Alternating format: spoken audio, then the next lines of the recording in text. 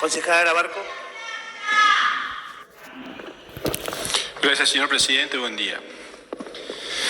Bueno, sin dudas, las políticas públicas en materia ambiental y sobre todo respecto a la basura en nuestro distrito han venido fracasando, como bien lo dijo el concejal Joar, durante años. Como así también algunas otras cuestiones ambientales más que, bueno, hoy no están en tratamiento. Pero también creemos desde nuestro bloque que este nuevo intento, esta nueva política pública ambiental que se quiere firmar, está destinada al fracaso. Y no quiero hacer futurología, todo lo contrario. Como se ha dicho bastante en este tiempo por el tema del Mundial, elijo creer que por fin se pueda solucionar esta problemática. Pero a pesar de ese esfuerzo para poder creer, me encuentro con similares estrategias a la hora de elaborar esta nueva política ambiental. En principio, porque está elaborada en función de los intereses de dos de las tres partes que deben entrar necesariamente en juego a la hora de pensar, elaborar y proyectar políticas públicas. En particular, en esta temática que se ha transformado en un gran problema ambiental tristemente reconocido en nuestra región. Acá se sentaron a negociar la empresa y la municipalidad, dejando de lado y las voces de la sociedad. En consecuencia, estas políticas conllevan desde el vamos una debilidad en cuanto a ser congruentes con las necesidades sentidas y reclamadas por la sociedad. Aún más si se trata de exigirles que respondan a esas demandas, cumpliendo los criterios de oportunidad, de calidad y de transparencia que las políticas públicas tienen que tener necesariamente.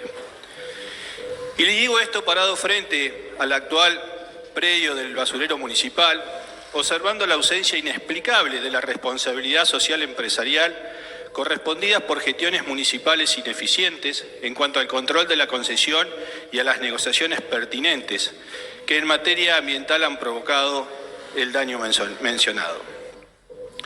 Teniendo presente que en esta negociación bilateral se sentaron actores responsables de la situación actual, en donde la historia argumenta en contra de una solución oportuna, transparente y de calidad. Llegamos hoy a tratar una norma jurídica, una ordenanza, para autorizar el uso discrecional de los recursos económicos del Estado municipal, que afectará, por cierto, varios presupuestos, a reconocer una deuda reclamada por la empresa concesionaria y conformando un plan de pago que a primera vista es bastante complejo de cumplir. Y muy poco se ha dicho del tema ambiental, teniendo en cuenta la gravedad del daño que estas concesiones vienen ocasionando hace más de 2 décadas.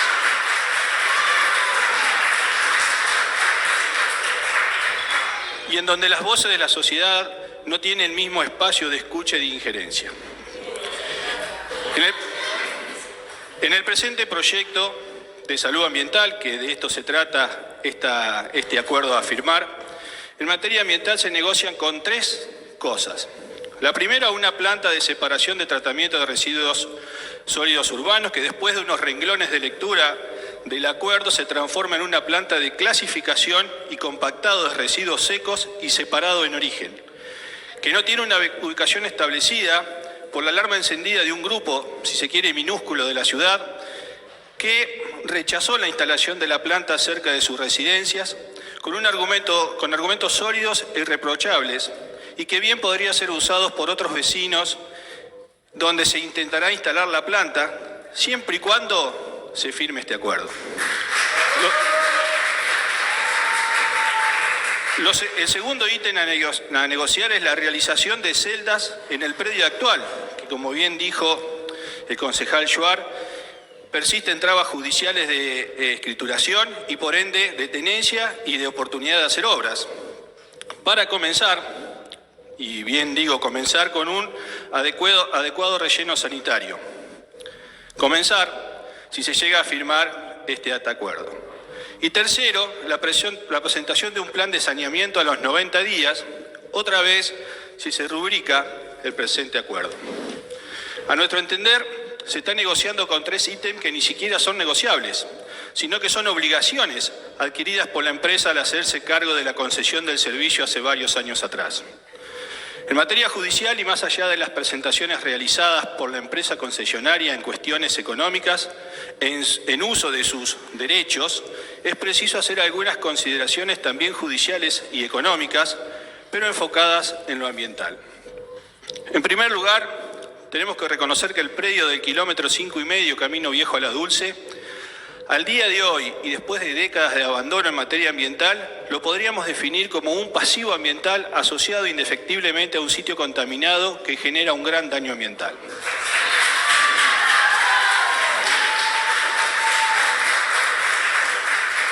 Este daño ambiental está comprobado en diferentes estudios realizados por profesionales en la materia, como consta, por ejemplo, en el acta notarial escritura 53 del registro 1 de Necochea, y que forma parte de una causa radicada en el Juzgado Federal de Necochea.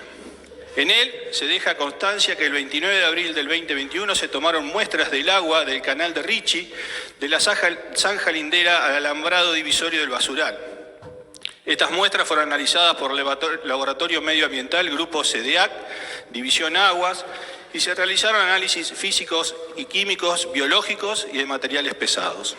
No voy a relatar, si quieren después lo digo, los resultados de ese estudio, pero los datos resultantes son coincidentes con otro informe realizado el 7 de mayo del 2021 por el hidrogeólogo Raúl Méndez, que con el título Influencia actual y futura del basural municipal en la salud de los habitantes de Necochea y Quequén, que indica que efectivamente se ha corroborado el impacto del basural en el ambiente al comprobar la existencia de iones de flúor, arsénico y nitratos en las aguas subterráneas de la cuenca del río Quequén Grande en el partido de Necochea.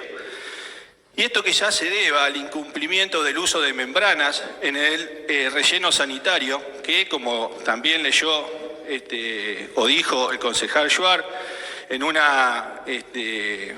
estudio realizado por Hidráulica de la provincia de Buenos Aires, dejaba constancia que estas aguas iban a impactar, las aguas subterráneas del basurero, si no se hacía el tratamiento adecuado, impactarían en la cuenca que nos da agua a todos los necochenses y quequenenses. En segundo término, decir que el artículo 41 de nuestra Constitución, producto de la Convención de 1994, que la Ley General de Ambiente 25.675, que la Ley 14.343 de la Provincia de Buenos Aires, que el Proyecto de Ley Presupuestos Mínimos para la Gestión Ambiental de Sitios Contaminados del 2009 expresan y definen conceptos como lo son los de pasivo ambiental, daño ambiental, sitio contaminado, y también hace referencia que cuando hablamos de derechos ambientales estamos hablando de derechos humanos fundamentales.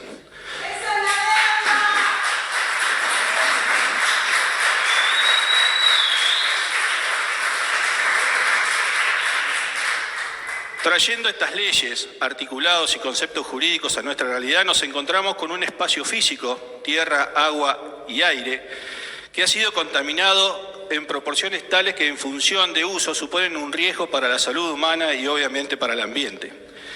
Que esta contaminación es de origen humano y en este sentido no es relevante si la actividad humana fue realizada por el Estado o por particulares.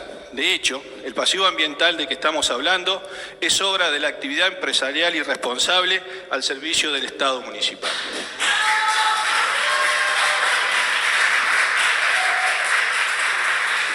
Pero el elemento más característico que define el basural como pasivo ambiental es que no fue remediado y que el daño al ambiente o sitio contaminado producido persiste en la actualidad.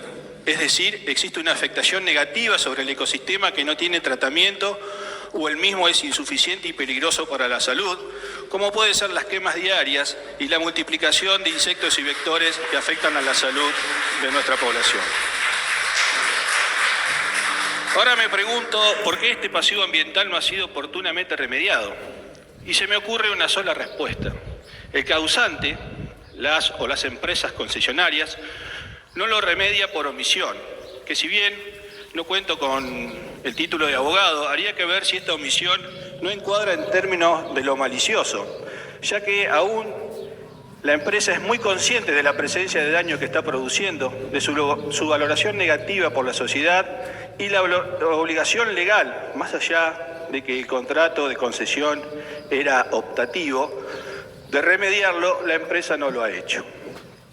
Es más, presentar un plan de saneamiento ahora y solo si se firma este acuerdo después de años de negligencia ambiental y, como dije, sabiendo que está haciendo un daño, sin un estudio de impacto real del daño producido, es una carta de negociación que se puede interpretar como una tomada de pelo al intelecto de los habitantes del distrito y en particular de aquellos que bregan por los derechos ambientales. Para ir terminando y enumerados ya el daño ambiental, las leyes que podrían ser aplicadas y conociendo los reclamos de la empresa concesionaria en alrededor de 1.175 millones, pesos más, pesos menos, es oportuno reflexionar sobre las cuentas ambientales que a priori en este acuerdo parecen estar mal sacadas ambientalmente hablando. Así, cuando se celebra un contrato, en este caso de concesión de un servicio público, se produce el nacimiento de una operación contable. Cada operación está compuesta como mínimo por 2 elementos y dichos elementos pueden ser bienes, derechos, obligaciones, beneficios o cargos, los cuales pueden ser identificados individualmente y denominados en forma precisa. Tales denominaciones constituyen entonces las cuentas. Y el impacto de las operaciones de la empresa sobre el medio ambiente también requiere el empleo de cuentas ambientales. Cuentas ambientales que para una autora brasileña que escribió el libro Contabilidades Ambientales, Teoría y Práctica, dice que las cuentas ambientales son elementos fundamentales de registro y evidencia de hechos contables. O sea, sin las cuentas nada podría ser contabilizado y expuesto contablemente. Léase derechos y obligaciones ambientales.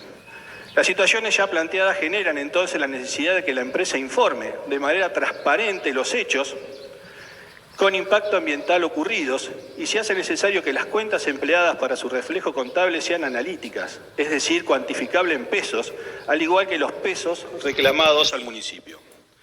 Sin duda, y siendo un poco reiterativo, la empresa ha tenido frente al medio ambiente una postura irresponsable al utilizar la naturaleza, considerándola que le pertenece y que por esto puede utilizar, degradar y después dejar estos costos ambientales para ser prorrateados entre la sociedad que corresponden, en términos contables también, a un pasivo ambiental. Entonces,